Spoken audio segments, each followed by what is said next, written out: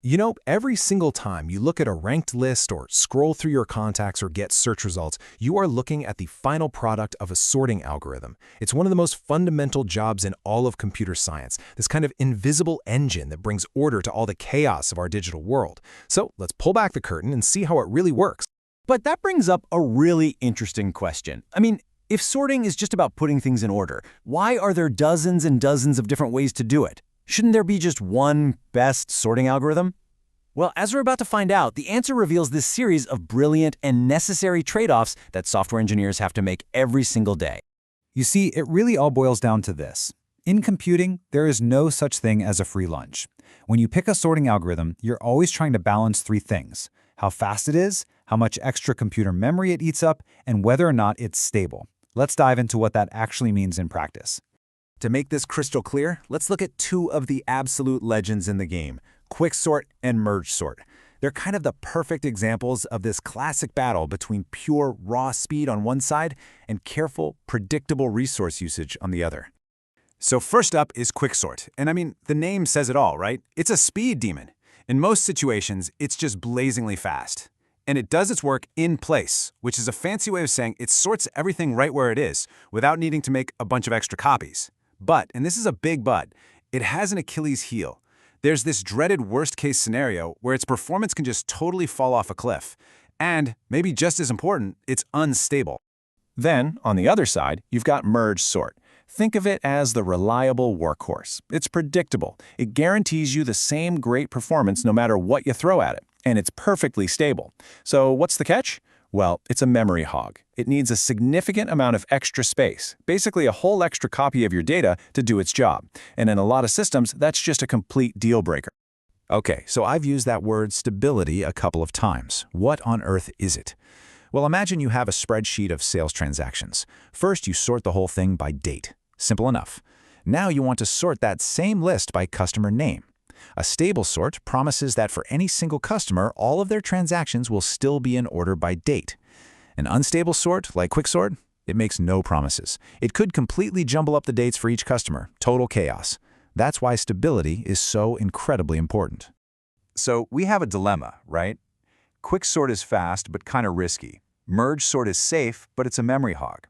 So what do modern programming languages actually use? The answer is kind of brilliant. They don't choose. They use these super intelligent hybrid algorithms that adapt on the fly to give you the best of all worlds. For example, the standard sort in C++ is called Introsort. It kicks things off with quicksort, going for maximum speed, but it's smart. It keeps an eye on itself.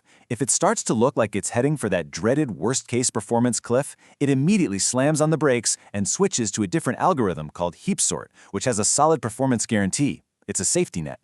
Then, for really tiny little lists, it switches again to something called insertion sort, which is super efficient for small jobs. It's basically a 3-in-1 super algorithm. And then there's Timsort, which is the standard for Python and Java. The absolute genius of Timsort is that it's designed for messy, real-world data. It knows that most of the time, data isn't complete chaos. It often has little pockets that are already in order. So Timsort actively looks for these pre-sorted sections, called runs, and then intelligently merges them together. It's this adaptive nature that makes it so ridiculously fast on the kind of data you actually have to work with every day. So these hybrid approaches are fantastic as long as the data you're sorting can actually fit in your computer's memory. But what happens when we go big? Really big.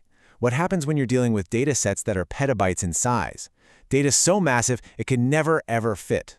How in the world do you sort that?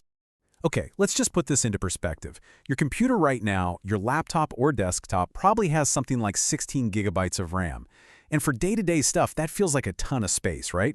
But a modern, large-scale dataset can easily be 16 petabytes. That is not 10 times bigger. It's not 100 times bigger. It is 1 million times larger than the memory in your computer. You simply cannot load it all at once. It's impossible. The solution is an incredibly clever trick called external merge sort. Here's how it works. It doesn't even try to load everything. It just reads in a small chunk that can fit in memory, sorts that little chunk perfectly, and then writes it back to the hard drive as a sorted run. It does this over and over and over, creating maybe hundreds of these little sorted files.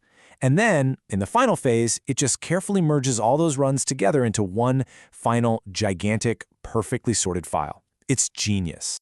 So we figured out how to sort things in memory, and how to sort things that are way too big for memory.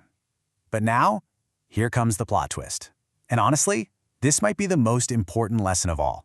Sometimes, the absolute best solution to a sorting problem is to not sort at all. This is where you have to take a step back and ask yourself, what am I really trying to do here? Do I actually need every single item on this list in perfect alphabetical order? Or do I just need to find the top 10 products? Or the person with the median salary? Or maybe just check if a customer exists in my database? Because if you don't need the whole sorted list, doing a full sort is like using a sledgehammer to crack a nut. It's massive overkill. Just look at this. A full sort's performance is what we call O(n) log n. But to find just a median value, you can use something called quick select, which is O(n). That's way faster. Need the top 10? A min heap is way more efficient. And what about just checking if an item exists? A hash table gives you an answer in O(1) time. That is basically instantaneous whether you have 100 items or a billion. It completely blows a full sort out of the water. And that really brings us to the core takeaway here. Sorting feels like the obvious first thing to do when you need to find something. But really, it's often this big, computationally expensive tool that we're using to achieve a much, much simpler goal. So I want to leave you with this final thought. The mark of a true expert isn't just knowing which sorting algorithm to pick. It's knowing when to ask a better question. Not, how should I sort this, but, wait a minute, should I be sorting this at all? And asking that simple question, well, that can be the difference between a system that's sluggish and one that's lightning fast.